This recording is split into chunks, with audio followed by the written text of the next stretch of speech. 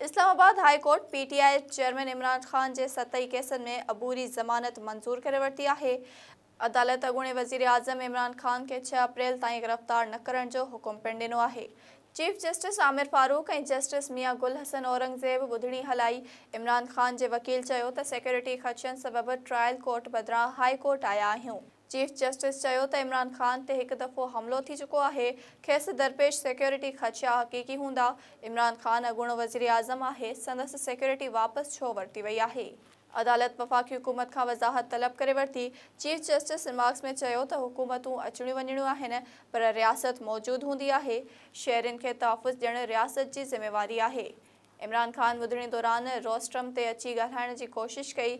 अदालत इमरान खान खे ॻाल्हाइण खां रोकींदे चयो त ख़ान साहब तव्हां पंहिंजी सीट ते वञी वेहो।